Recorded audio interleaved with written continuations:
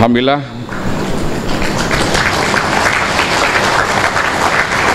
kita bersyukur kita telah berada di tahap ini dan kita mengharapkan para pesilat terus mencintai silat, kemudian mendukung silat dan seterusnya memertabatkan silat, kerana ia adalah jati diri lambang warisan nenek moyang kita, dan selagi mana kita mengekalkan lambang-lambang jati diri ini, maka disitulah kehebatan orang Melayu di persada tempatan maupun di persada dunia.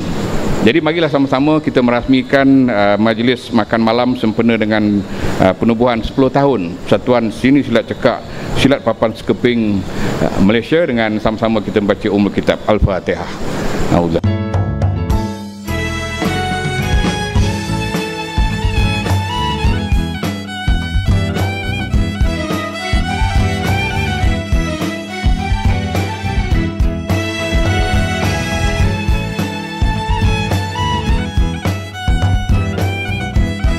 Dan kita pada hari ini dan juga tenaga-tenaga pengajar yang kita raikan pada hari ini, malam sambutan 10 tahun Persatuan Silat Cekak Silat Papan Sekeping, kita kena kembali reflect semula ataupun himbau balik sejarah kita.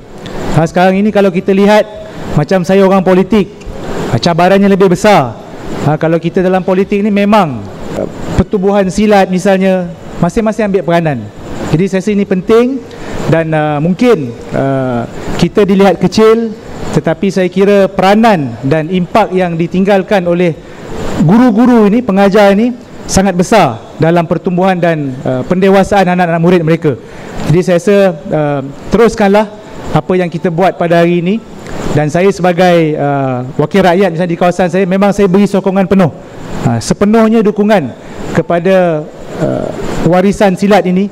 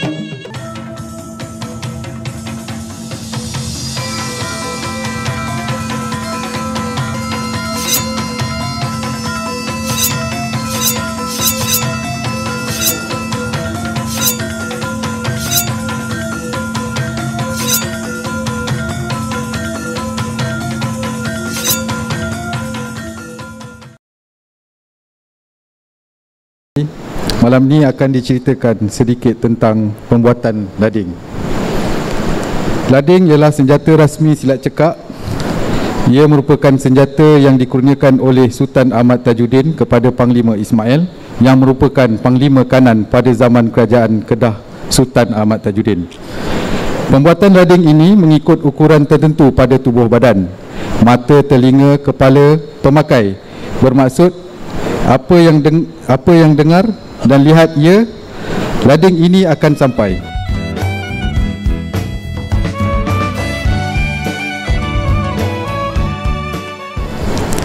Juga besi lading menjadikan ianya unik berserta dengan orang yang tahu dan mempunyai ilmu pembuatan besi. Inilah besi ni, besi hitam ni. Nama dia besi kalai. Dia dalam tanah.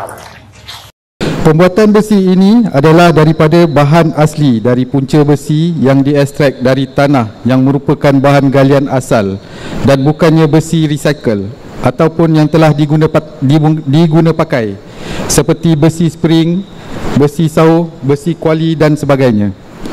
Apabila siap melalui proses pembuatan besi dengan ilmu kurniaannya jua, maka terhasillah sejenis besi namanya besi kalai, juga dikenali dengan besi Kedah Tua. Ini teras tanah tu. Kan banyak tempat ni kat Kedah. Dia pergi daripada Kedah.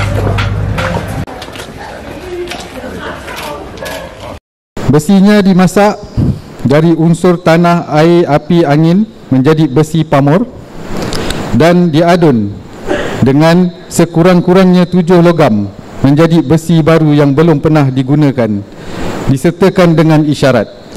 Hulunya adalah dari tanduk kerbau. Air cukup, tanah, api, kan?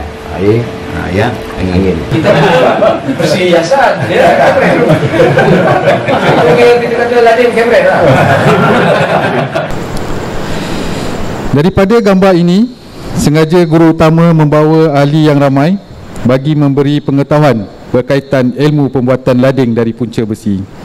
Lading adalah anugerah guru utama kepada yang berkelayakan. Hari ini ada ramai pemilik lading kerana banyak tukang membuat lading tanpa tanggungjawab kerana tiada ilmu pengetahuan tentang lading. Jangan suka-suka buat lading sendiri. Mereka guna pakai semula bermacam sumber besi, atau kita kata besi kabret. Maka jadilah ia lading kabret. Bolehlah buat hiasan dinding yang memalukan. Kita tak dapat mengawal pembuatan lading kerana ia telah jadi sebahagian daripada alat budaya Melayu, seperti mana keris yang asal pembuatannya juga begitu.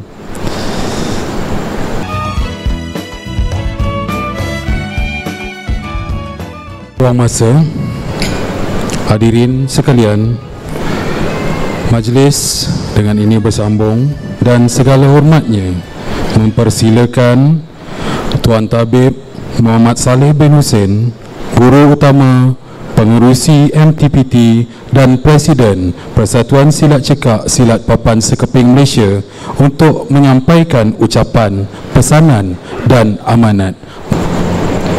Bismillahirrahmanirrahim. Allahumma salli wa sallim ala habibika Sayyidina Muhammad wa ala alihi wa sahbihi wa sallim. Selamat datang dan bertemu lagi. Assalamualaikum warahmatullahi wabarakatuh. Ahli Persatuan Silat Cekak Silat Papan Sekeping Malaysia yang hadir dari seluruh pelosok tanah Melayu.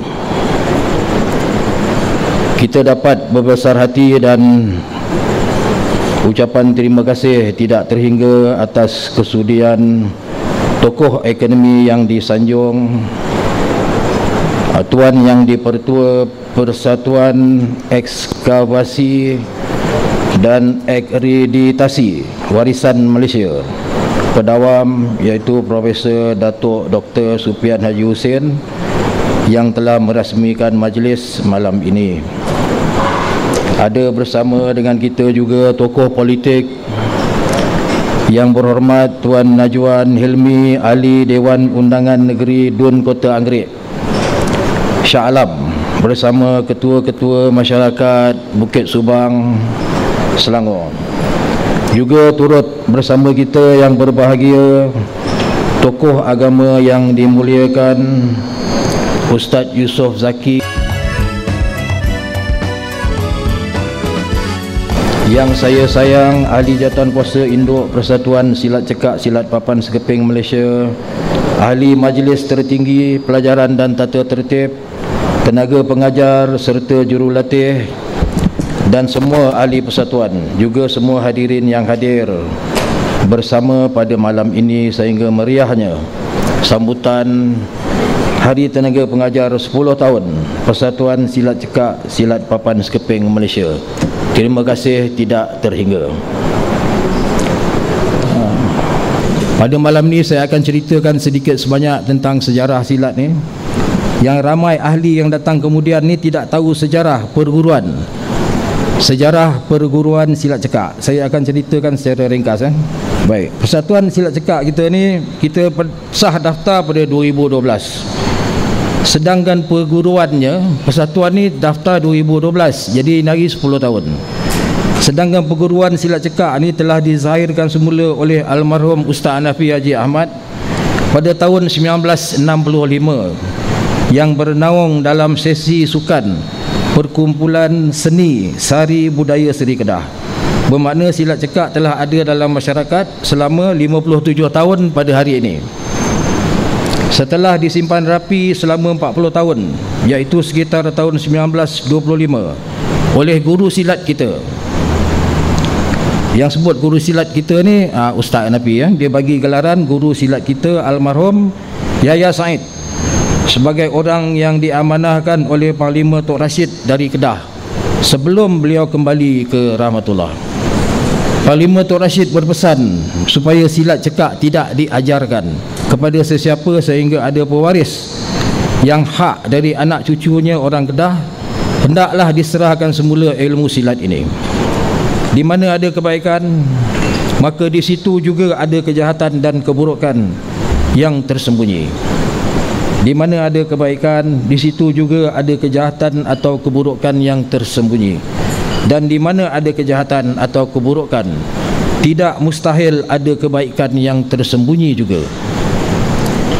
Dalam menempuh kehidupan, setiap lelaki dan perempuan diwajibkan menuntut ilmu-ilmu untuk keperluan hidup di dunia dan ilmu mengenal agamanya supaya selamat berbahagia di akhirat.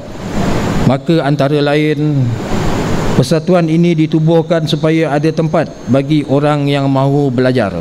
Selain dari bermacam pusat-pusat pengajian moden, persatuan-persatuan silat budaya masih mengekalkan penyampaian cara pondok dari sudut ideologi silat yang dapat membentuk peribadi Muslim berasaskan adab dan adat budaya Melayu. Silat boleh dijadikan sebagai wasilah menuju jalan ketuhanan sebagaimana maksud firman Allah, carilah wasilah, iaitu jalan menuju kepada Tuhanmu berasaskan Islam, iman dan ihsan. Silat cekak benar-benar asli, tidak bercampur hak luar negeri.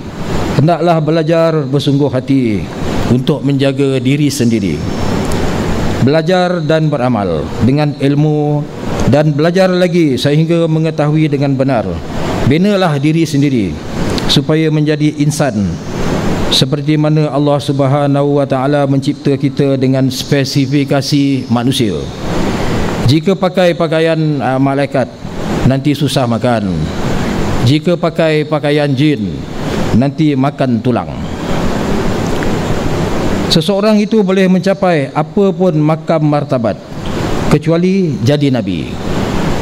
Maksud sabda Nabi Muhammad sallallahu alaihi wasallam, aku dari Allah, mukmin dari aku. Ketahuilah, apabila langit biru, maka laut juga biru. Apabila langit hitam, maka laut juga hitam. Begitu sebalik, timbal baliknya,